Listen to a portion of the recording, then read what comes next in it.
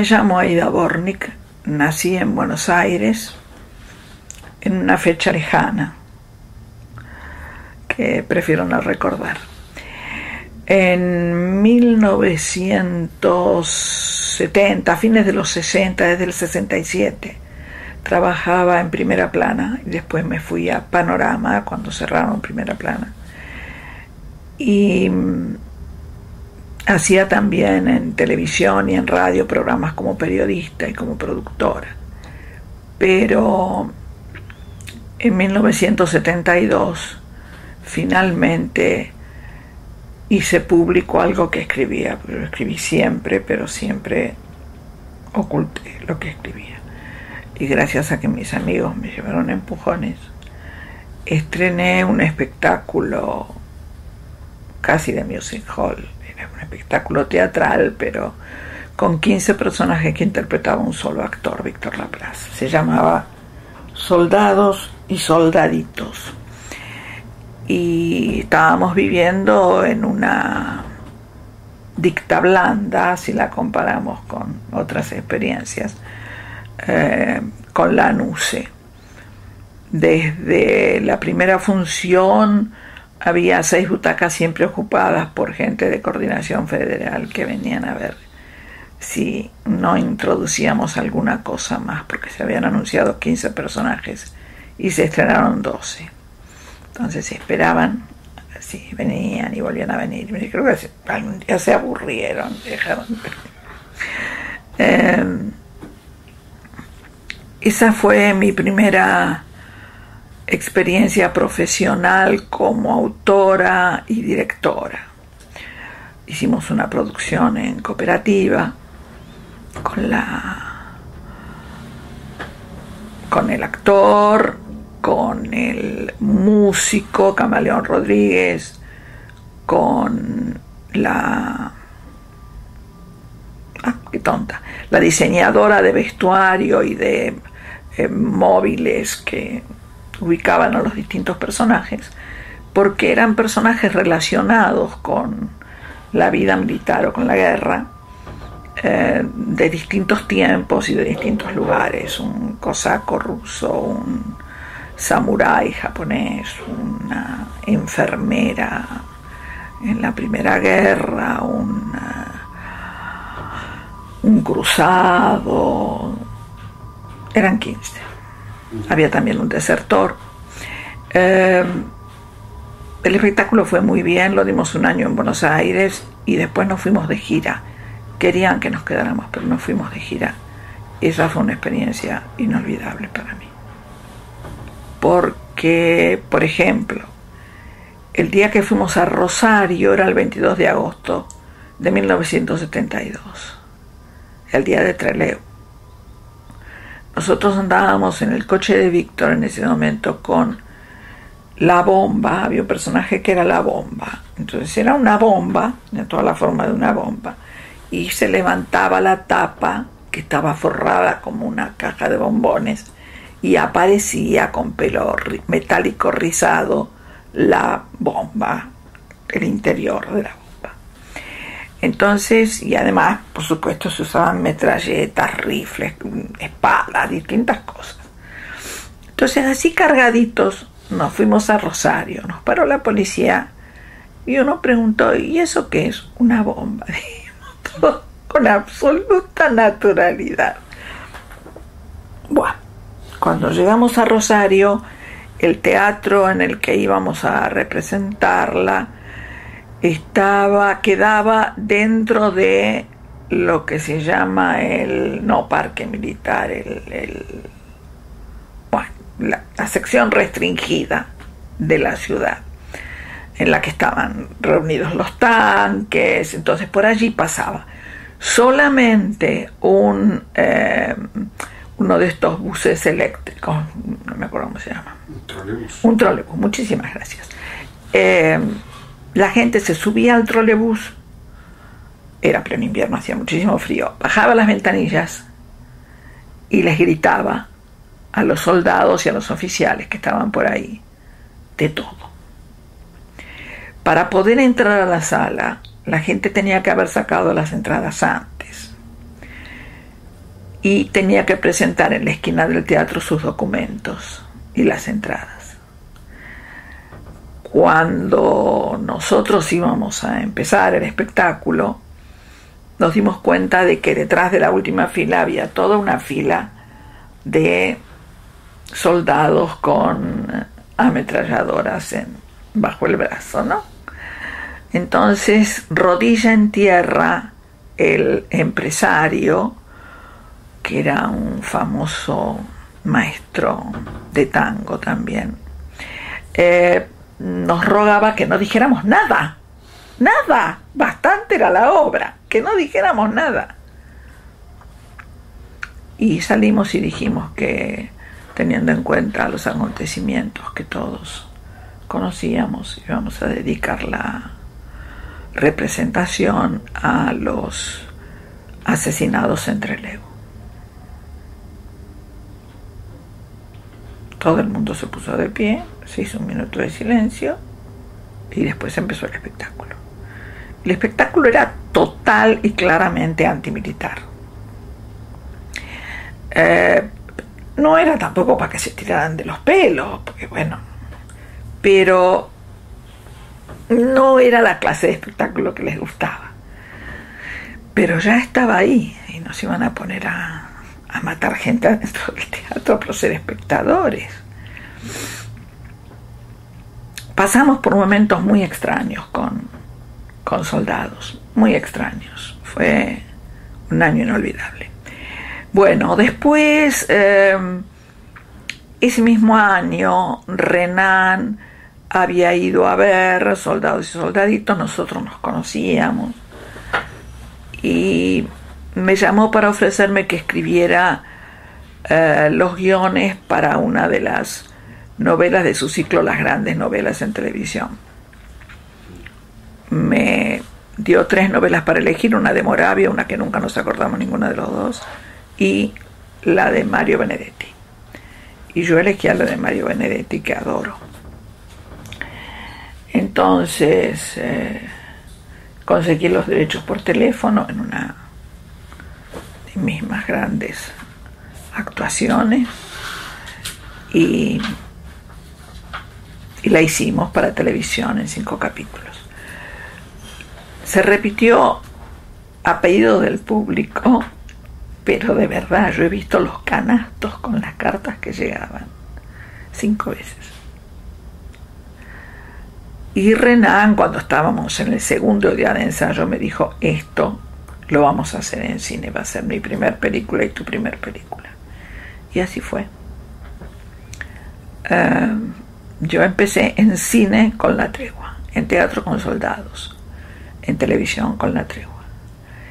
Después de allí ya no me detuve, entre otras cosas porque yo, antes de estrenar Soldados, con un arrojo juvenil, renuncié a Panorama y dejé de hacer periodismo porque no quería estar de los dos lados del mostrador. Entonces, afortunadamente, Soldados fue un gran éxito y yo pude mantenerme. Y a partir de allí no trabajé en otra cosa, no volví a hacer periodismo nunca, salvo alguna nota de vez en cuando por algún acontecimiento. A partir de allí seguí haciendo teatro, a veces televisión, hacía algunos de esos que se llamaban especiales, o trabajé en un ciclo de Norma Leandro que dirigía María Herminia Avellaneda, que yo hacía uno por mes más o menos. Nunca quise hacer más que eso, porque es realmente una condena a galeotes. Y el cine se apoderó de mí y empezó a partir de entonces a dictar mi vida. Ya no podía hacer lo que quería porque tenía que hacer cine. Porque después de La Tregua tuve diversas ofertas, acepté la que más me gustó, sobre una historia mía. No fue ninguna maravilla, pero yo estaba trabajando para cuando La Tregua no ganó el Oscar, por supuesto, porque lo ganó Amarcord.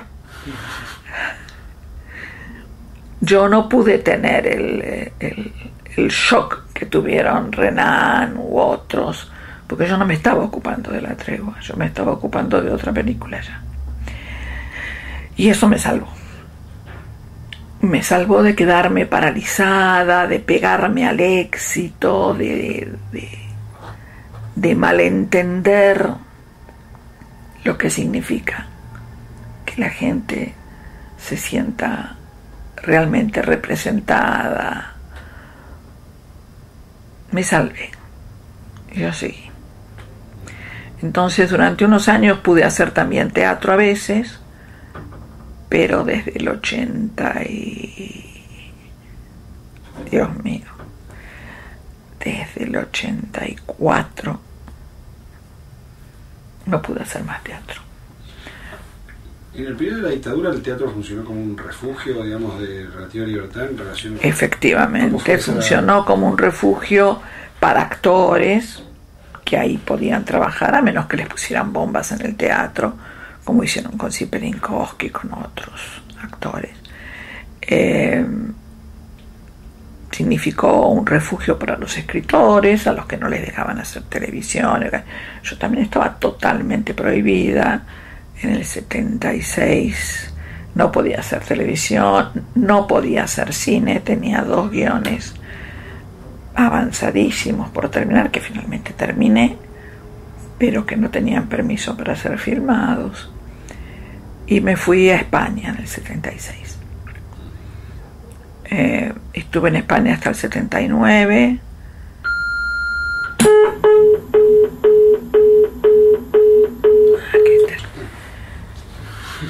Me fui a España en el 76 y estuve allí hasta el 79.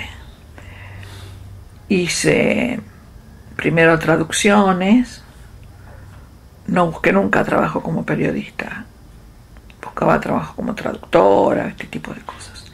Y trataba de familiarizarme con el lenguaje, con cómo hablaba la gente, con cómo se llamaban las cosas, porque se llamaban diferente, las frutas y las verduras, y las carnes, y todo se llamaba diferente. Y además se expresaba de manera diferente. Recuerdo que un día le pregunté a un joven con el que estaba conversando en una fiesta: ustedes, por ejemplo, cuando vos eras jovencito, ¿trabajabas con alguien? No, trabajaba sola haciendo traducciones del inglés, del francés y del italiano. Terminé traduciendo una enciclopedia del italiano, que es una de las aventuras más grandes de mi vida. Tenía que traducir cómo se fabrica el tweed, por ejemplo. Yo no lo sé en castellano. Bien. Fueron años muy ricos para mí.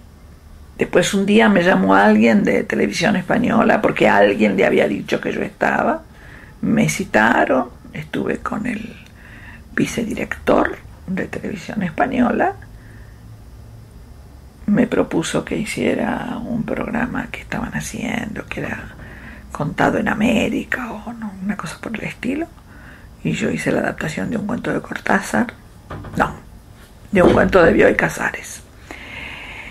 Y me contrataron inmediatamente para hacer una miniserie. Y hice una miniserie a lo largo de un año. Me tomé todo el tiempo que necesité. Y me pagaron magníficamente bien. Y yo lloraba de noche, porque si bien había ido con amigos de amigos y tuve la suerte que no tenían otros argentinos u otros extranjeros en España, yo desde el primer día que estuve en Madrid almorcé en la casa de amigos.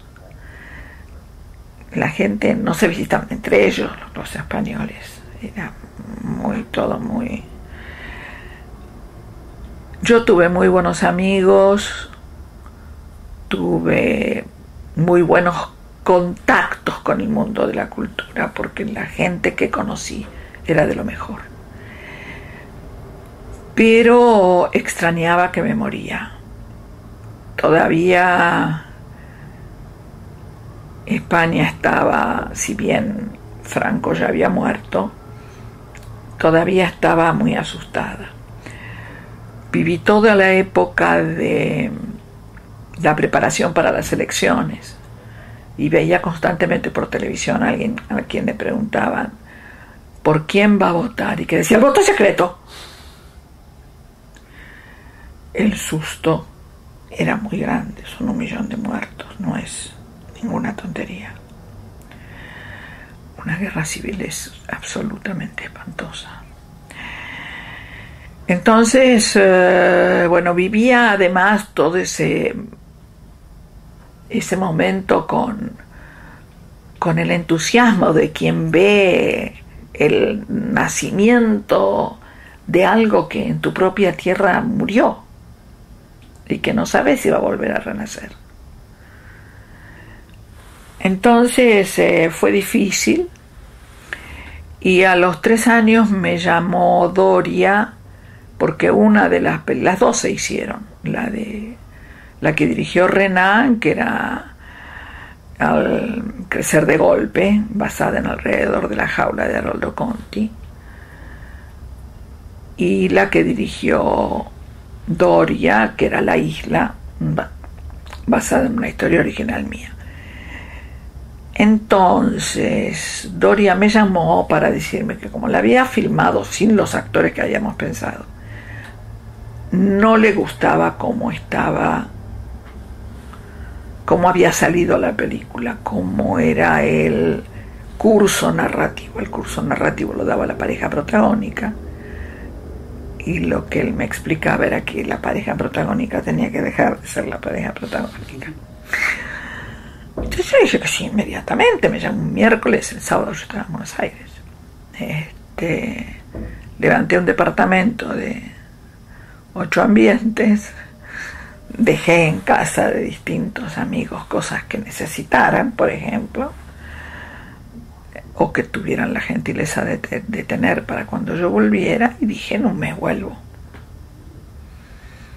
Lo único sospechoso era que me llevé los libros de Chekhov. Cuando me podía llevar a una biblioteca, me llevé los cuentos y las obras teatrales de Chekhov conmigo cuando fui en barco. Cuando volví los traje. Nadie me creyó que iba a volver y efectivamente no volví. Al lunes siguiente del día en que llegué tenía que viajar hasta Laboratorios Alex para trabajar con Doria en la edición de la película. Y empezamos a conversar, el taxista y yo con muchísimo cuidado, porque se supone que todos los taxistas en ese momento eran policías. Ni siquiera le dije que venía de afuera, nada. Pero charlamos.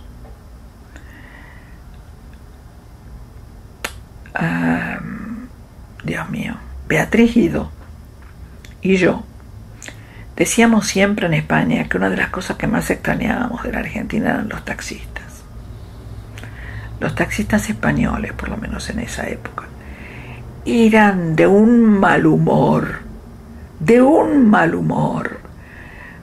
realmente aberrante. Y era simpático, sabía por dónde iba, hacía comentarios acerca de la vida y sus alrededores. Y yo cuando me bajé le dije, me voy a quedar, gracias a usted me voy a quedar. ¿Qué, se iba? Me voy a quedar. Y me quedé. Estuve prohibida otro año más. No recuerdo muy bien cómo vivía.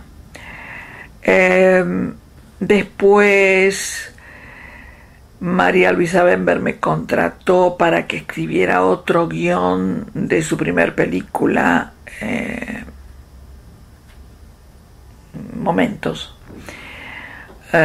Yo escribí otro guión tratando de respetar lo que ella quería decir, y ella decidió elegir pedacitos del mío, entonces le pedí no figurar. Pero todo bien, yo fui al estreno y demás, y con eso pude empezar a pagarme un taxi para ir a alguna parte, porque estábamos realmente muy mal. Mi madre, que vivía, mi padre había muerto un año antes de que yo me fuera, y mi madre, yo soy hija única, vivía conmigo en ese departamento, y lo primero que hice cuando tuve dinero fue alquilarle un departamento aparte para ella y pagar 1 año y medio por adelantado, porque eso permitió que me cobraran mucho menos, y empecé a vivir como casi con naturalidad. Después de un tiempo llamé a un mayor en la casa de gobierno, que era uno de los encargados de comunicaciones, alguien de quien Alejandro Doria me habló diciéndome que era un gran admirador de la película y sobre todo del guión. Entonces yo llamé, pedí hablar con él, me atendió, le dije que yo quisiera tener una entrevista con él, me dijo que sí, y me la dio. Entonces yo fui con un susto espantoso y tuvimos una entrevista. Entre los dos había una carpeta de archivo gordita, que no sé qué decía, pero él cada tanto la ojeaba. Y cuando yo finalmente le dije, bueno, lo que pasa es que estoy prohibida, y yo necesito saber si voy a poder trabajar o no, porque si no voy a poder trabajar me tengo que ir, yo tengo que mantenerme y mantener a mi madre. ¿Y quién me dijo que está prohibida? Nadie. ¿Y cómo sabe que está prohibida? Nadie me contrata. Bueno, voy a revisar y la llamo mañana después de las 10 de la mañana. Me llamó al día siguiente a las 10:30 de la mañana y me dijo, usted está en una zona gris, así que puede trabajar un poco. Esa misma tarde me llamó Luis Pico Estrada de Canal 13 en ese momento para contratarme para hacer especiales que yo producía, dirigía y escribía. Pero sí pude trabajar poco, porque al poco tiempo firmé una solicitada con las madres, por ejemplo, y me prohibieron otra vez. Y después me volvieron a contratar y después me prohibieron otra vez, y así pasé hasta el último año de la dictadura, hasta el 83. ¿Cuándo fue la fecha de tu regreso y cuándo fue la entrevista? 79, en febrero del 79. Febrero del 79. ¿Y la entrevista está con el mayor? Habrá sido a fines del 79 o principios del 80. ¿Y me podrías contar un poco más cuál fue el clima entre los artistas, intelectuales o la gente común con la que vos entraste, tus familiares? ¿Cuál fue el clima? ¿Qué opinaban sobre la situación? ¿Cómo veían la situación que iba a pasar? Pensaban que eso iba a durar 1000 años, digamos que iba a... La gente que quería saber, sabía. Sabía más, sabía menos, pero sabía. Y tenía mucho miedo, mucho miedo. No todos tenían un miedo paralizante, pero todos tenían mucho miedo. Y los que se hacían, los que no sabían, yo creo que tenían más miedo todavía, a menos que de alguna manera participaran de la cosa. Como dice el padre del protagonista masculino de la historia oficial, todo el país se fue para abajo, menos los hijos de puta, los ladrones y los cómplices, y el mayor de mis hijos, dice él. Y es así, menos los hijos de puta, los ladrones y los cómplices, los demás estaban mal. Estaban mal.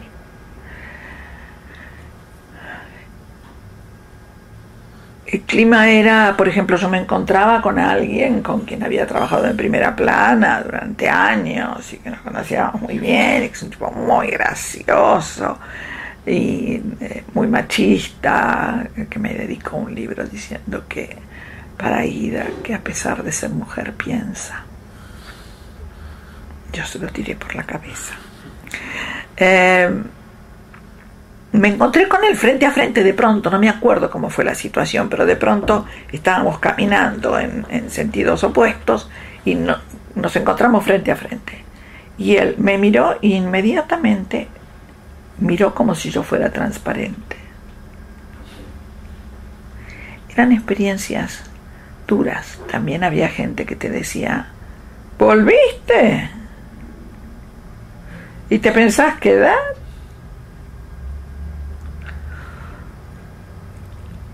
Había, como pasó con las actrices y los actores, gente que no era de ellos la culpa. Pasó a ocupar los lugares que quedaban vacíos por los que estaban prohibidos o estaban exiliados o incluso habían muerto.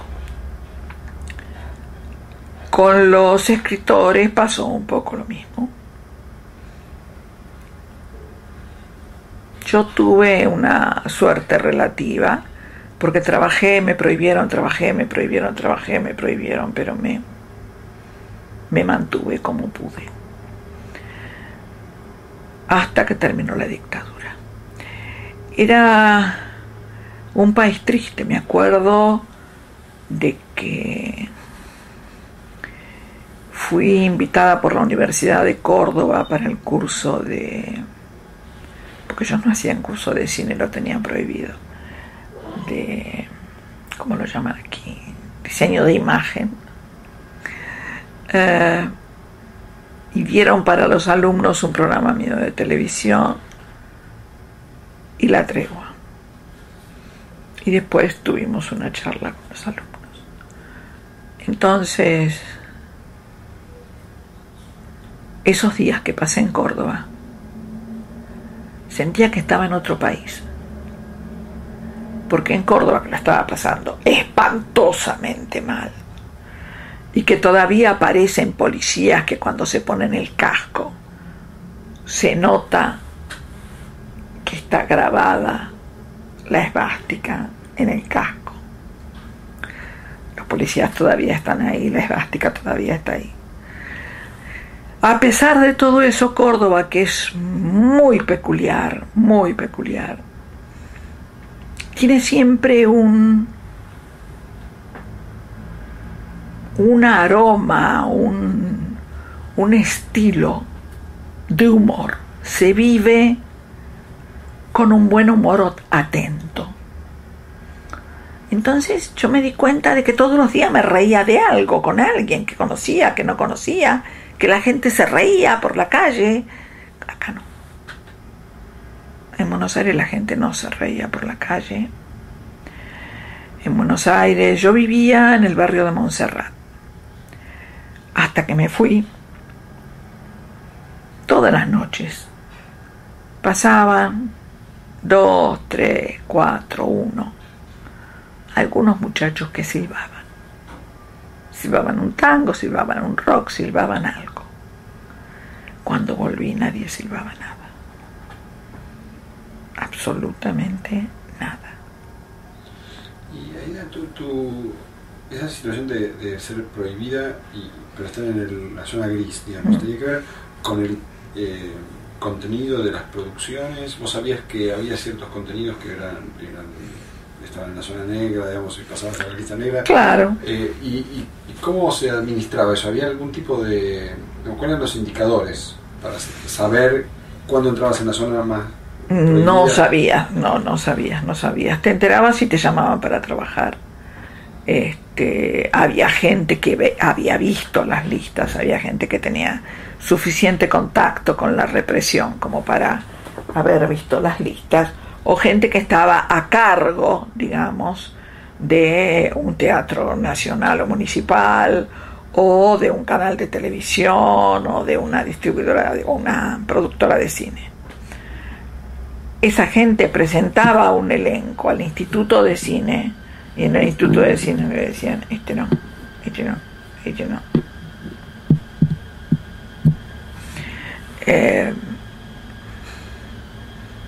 Tengo una anécdota muy graciosa. Yo había escrito antes de irme un especial que iba a dirigir Alejandro Doria sobre Sonata Kreutzer, y estaba Lautaro Murúa y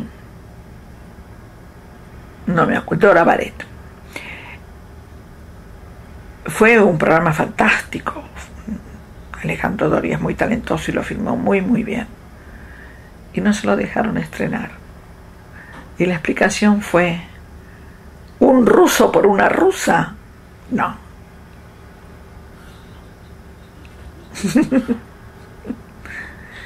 La ignorancia sería graciosa si no fuera asesina. Y ahí, cuando vos volviste, digamos, o sea, Alejandro Doria estaba ya produciendo tu película. Ya había terminado de dirigirla, estaba compaginando. Claro.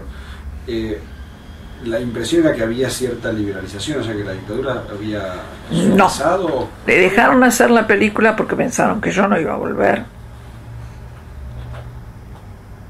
y porque consiguió gente para la producción que hizo fuerza y que tenía con qué hacer fuerza, evidentemente. Y además porque leyeron el guión y se trataba de unos locos, de todo lo que pasaba, unos locos. Entonces, yo dije muchas veces que durante ese largo periodo, y otros más pequeños pero igualmente censores, nuestro trabajo era pasar por abajo, por el costado, por arriba de la censura y lograr llegar al público. Que la censura no se diera cuenta y el público sí. Lo que no parece a simple vista un trabajo fácil, y no lo era. Pero La Isla es sorprendente lo que sucedió, porque se estrenó y tuvo un éxito, pero absolutamente extraordinario. Se llenaba de gente, y los comentarios que hacía la gente eran los comentarios que podríamos haber hecho nosotros. Además es la única película argentina de esa época, creo, que ganó premios en el exterior.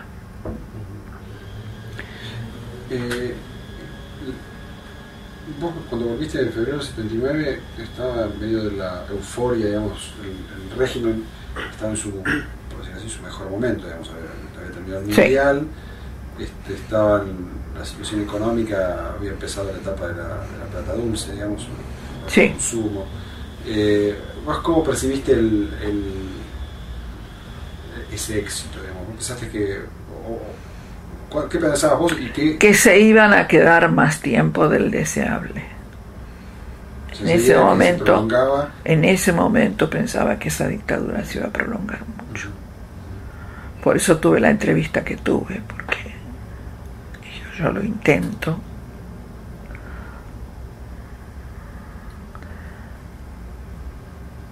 Y lo único que le dije fue: yo no soy peronista y yo no soy comunista.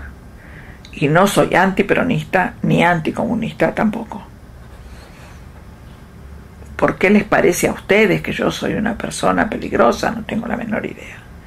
Ahora, no nos engañemos. Mi primera obra se llamaba Soldados y Soldaditos y era contra la vida militar, contra la guerra. De ahí en adelante nunca he sido muy inocente.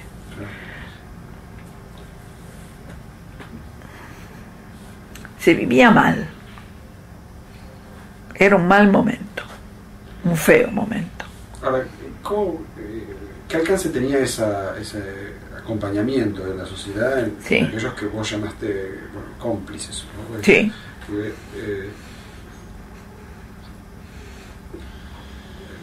El acompañamiento podía tener distintos grados de entusiasmo, de participación, digamos. Claro. O sea, ¿cómo vos veías esa, sobre todo en los sectores que podían decir, bueno, hay que acomodarse a esto porque esto va a durar, digamos? Esto va a durar tal cual. Yo también pensaba que iba a durar, así que no se lo podía reprochar a nadie. Bueno, como me dijo un día mi marido, no todo el mundo está dispuesto a atravesar un desierto de 10 años. Me lo dijo con respecto a Menem. Pero Era más o menos lo mismo.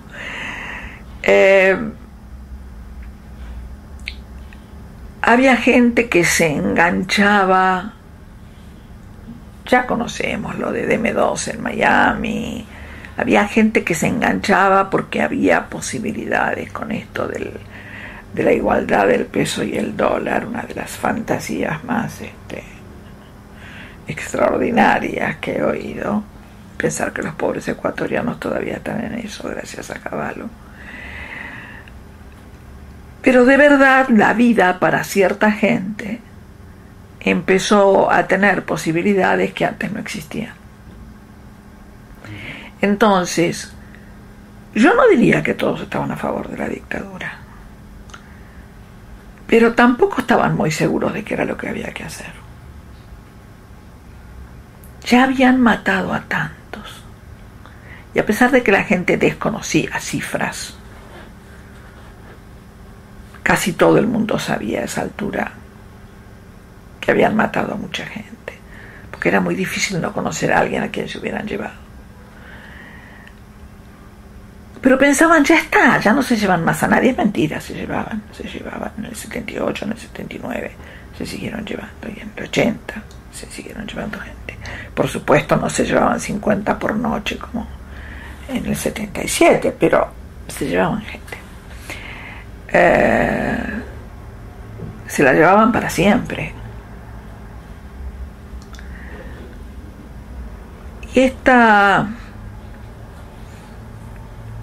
política de la dictadura, esta convicción de parte de ellos de que lo que tenían que hacer era que esa gente desapareciera para siempre y no dar nunca ninguna explicación, porque, según ellos mismos explicaban, a nosotros no nos va a pasar lo que le pasó a Uruguay con los Tupamaros, que en las cárceles convencían a los guardias, los adoctrinaban y los volvían a su favor. A nosotros no nos va a pasar. Entonces mataban. La idea era matar. Matar y matar.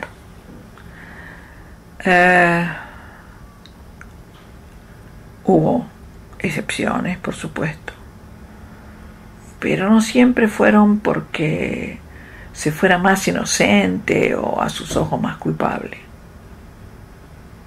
A veces fueron totalmente azarosas. Y eso es lo que incluso lo vuelve más terrible. Volviendo un poco para atrás, mientras estabas en España, sí. ¿Qué noticias recibías vos de Argentina? Todas. En primer lugar, en Europa se publicaba todo, lo que aquí no se publicaba. Los corresponsales extranjeros de aquí mandaban todo. Yo me enteré el día que murió mi amiga Piri Lugones, no sé si el día que murió, el día que tiraron su cadáver en la calle. Lo leí en El País. Y en la Argentina nadie sabía. Sí, sabían los que sabían, pero si no, no se sabía. Los diarios no se negaban a publicar habeas corpus, se negaban a publicar, punto. Así que era muy difícil, si uno no hacía un pequeño esfuerzo, enterarse de lo que pasaba. Pero yo allí sí me enteraba de todo. Entonces desesperaba cada vez más. ¿Y tenías correspondencia con gente? Sí. ¿Veías a gente que todavía estaba acá? ¿Que viajaba para allá? Sí. ¿Viste hacía sí. conocidos? ¿Y cómo fueron esos encuentros? Bueno, los que podían viajar no eran muchos los que podían salir del país. Y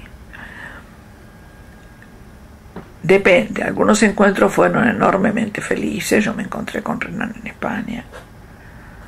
Él vino para cuando estaba terminada Crecer de Golpe, para que mostrármela.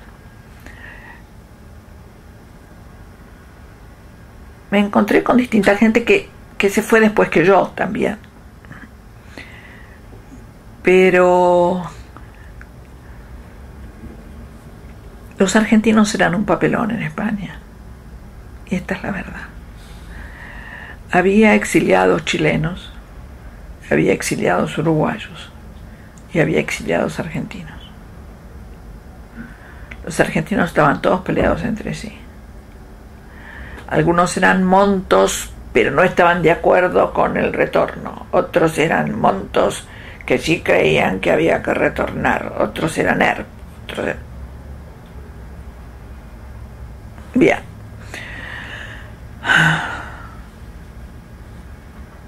Era triste. Era triste, como fue triste aquí. Ho Chi Minh decía que un guerrillero debe moverse en su sociedad, en su pueblo, como un pez en el agua. Nunca un guerrillero argentino se movió entre su pueblo como un pez en el agua. Ellos eran una vanguardia iluminada, un poco mejores, un poco peores, un poco más idealistas, un poco más locos. De todos modos, eran una vanguardia iluminada. ¿Y tú recordás cómo fue el periodo del Mundial? ¿Cómo no me voy a acordar? Nosotros mirábamos en mi casa, yo tenía una antecocina muy grande y un televisor de pantalla bastante grande para... No una locura, pero... que me lo había regalado un español, por supuesto, no me lo había comprado yo. Y venían muchos argentinos a ver los partidos a mi casa. Y mirábamos como locos, porque lo que queríamos era ver algo de Argentina, ver argentinos, ver si la cámara pescaba alguno que conocíamos, ver si pasaba algo que nos enorgulleciera. De los que venían a mi casa, todos lloramos cuando Argentina ganó. Todos lloramos. Pero había otros, los que yo he oído decir, que salieron con banderas argentinas a la calle a celebrar. ¿Cuál era el llanto a qué se debía?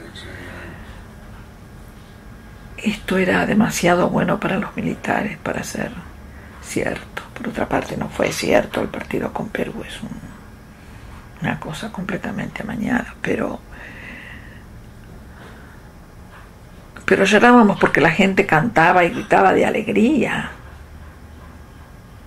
mientras seguían secuestrando gente y tirándola al mar.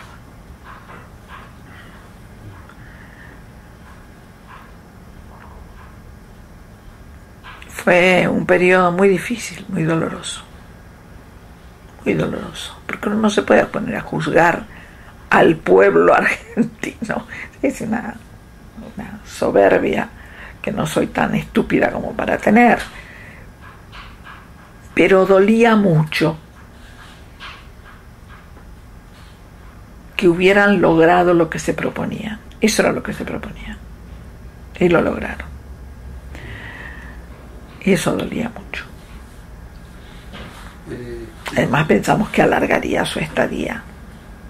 Y ya en ese momento el régimen había puesto en marcha una campaña de difamación de los difamadores, digamos, ¿no? Sí. ¿Cómo era ese cruce entre lo que se decía afuera criticando al régimen y lo que se decía adentro defendiendo el país contra los extranjeros o contra los exiliados que eran traidores, digamos? Lo que se decía afuera criticando al régimen era siempre muy claro y muy frontal y se basaba en hechos.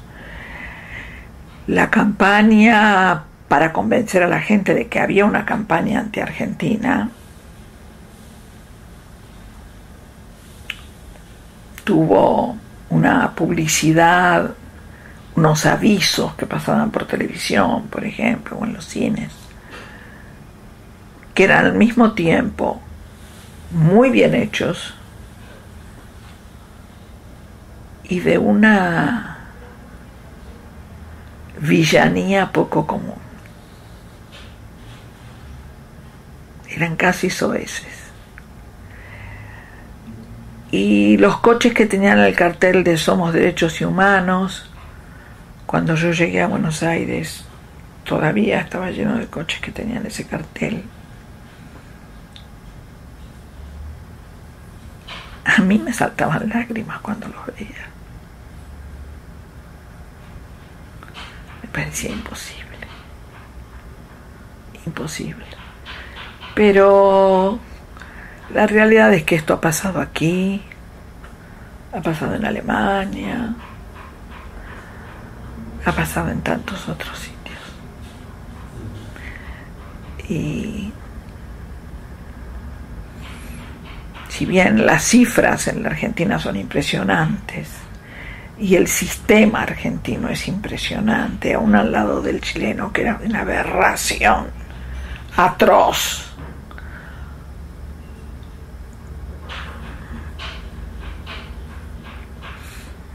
en toda América Latina había dictaduras y todas mataban gente, y además existía ese plan Cóndor del que ya se sabe casi todo.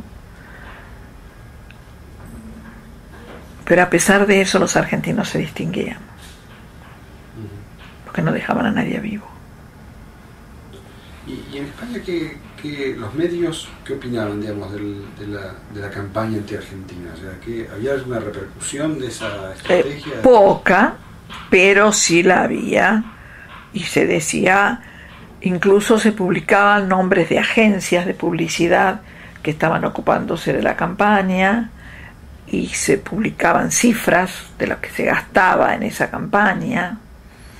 Sí, el periodismo español estaba en auge en ese momento, porque ya estaban en un sistema democrático después de tanto tiempo, y había empezado a aparecer El País.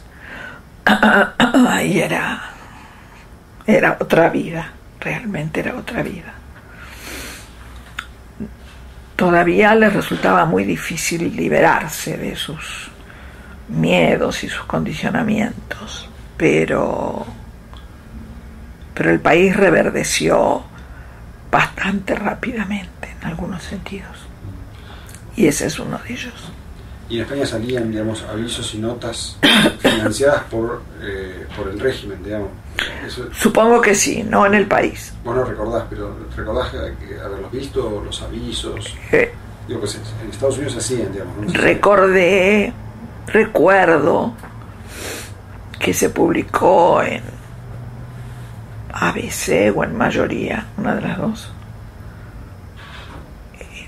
toda una nota como las que se publicaban en El País analizando la campaña, solo que al revés. Pero esto era natural, eran franquistas, y eran decidida y totalmente franquistas todavía en esa época. No sé si crees que te quieres una consulta antes de los... Con un elenco multiestelar, trabajó muchísima gente en la película. Del único que se habla es de Renan. Él no era el productor, no fue suya la idea. Él es de los que van, no sé si todavía, pero iba hasta hace muy pocos años, a la cancha y se ata 4 nudos en el pañuelo. Es de Racing a muerte, como yo.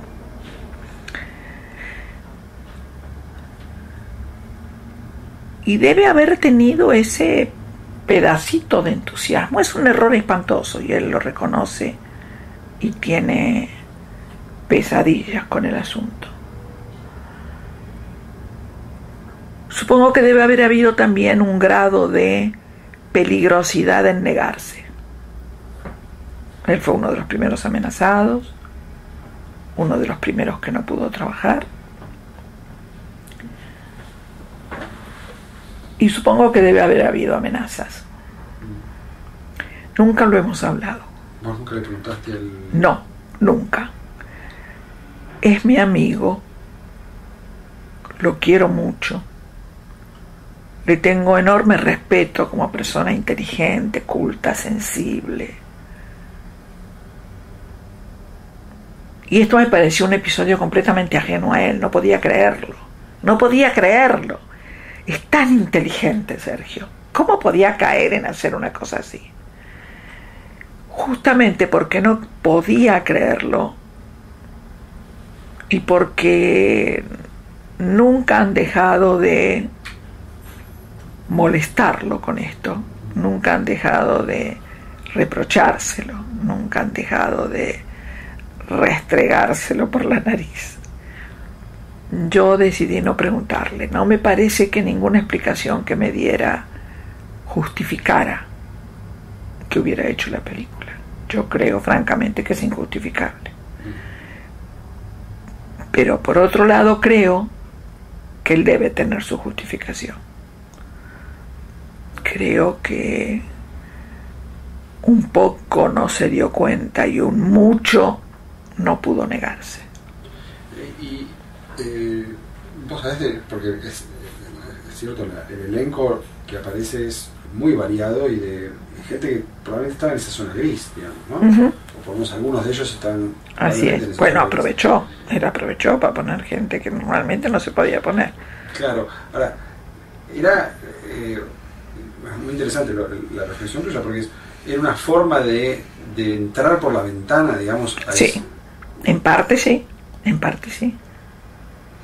Ahora, ¿cómo funcionaba ese mecanismo? Porque vos decís, bueno, para entrar en la ventana vos tenés que decir, bueno, estás pasando por el costado para digamos, integrarte en una situación que va a durar mucho y que de alguna manera tiene cierta zona de ambigüedad. Como dice mi marido, no todo el mundo está dispuesto a pasar 10 años por el desierto.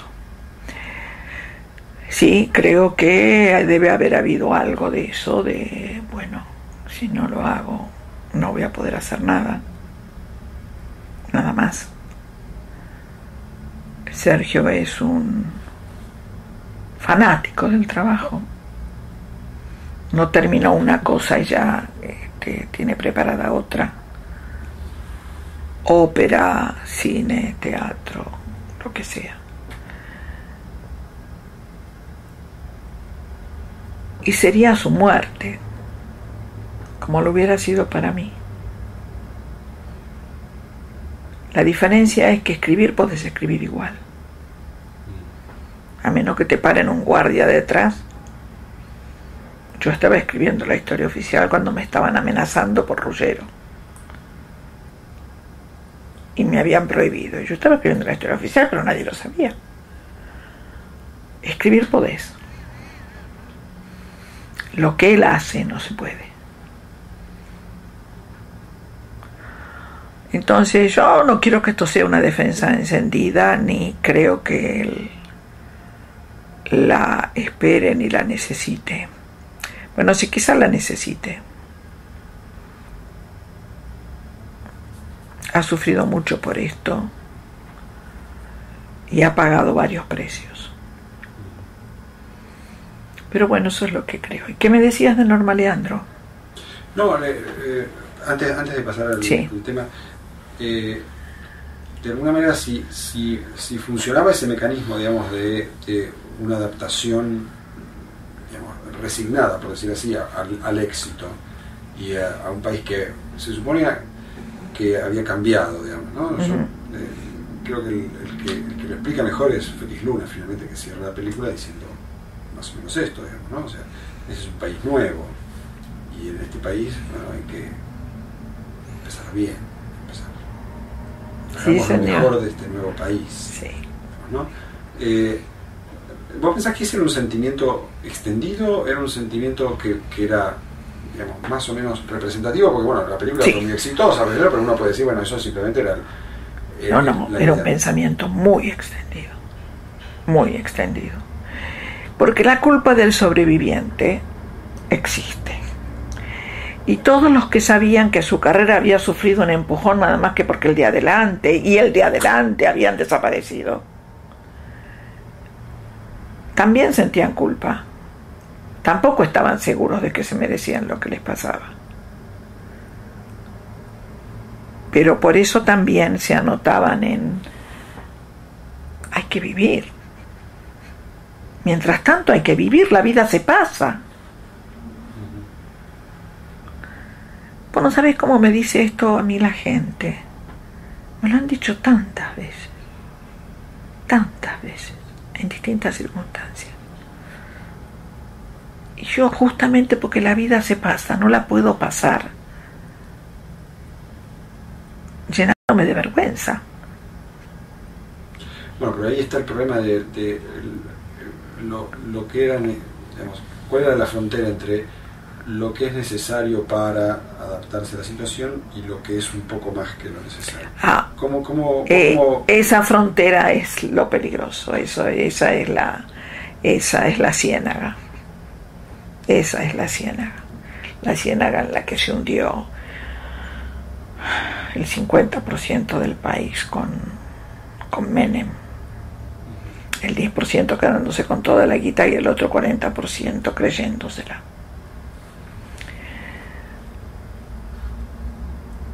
Es así, vos caminás por ese terreno peligroso y crees que hay solamente minas, y no hay solamente minas, hay cosas que te tragan. Y yo no te quería preguntar porque ella me parece un caso interesante, digamos, ella vuelve creo en el 78, no recuerdo la fecha, pero a dar un reportaje en Gente o en 7 días y es un reportaje donde ella, bueno, dice algunas cosas que son innecesarias, digamos, ¿no? Algunas que uno puede entender a la luz de la necesidad de trabajo, digamos, y otras que son innecesarias en el sentido de, bueno, este es un país que vive en paz, por ejemplo. Sí, porque se volvió de España que vivía en guerra, ¿viste? Bueno, ella es la autora de la frase. Ella hizo con su hijo una bandera argentina y salieron en el auto flameando la bandera para festejar el triunfo argentino. ¿Y vos tuviste alguna discusión, digamos, sobre el tema?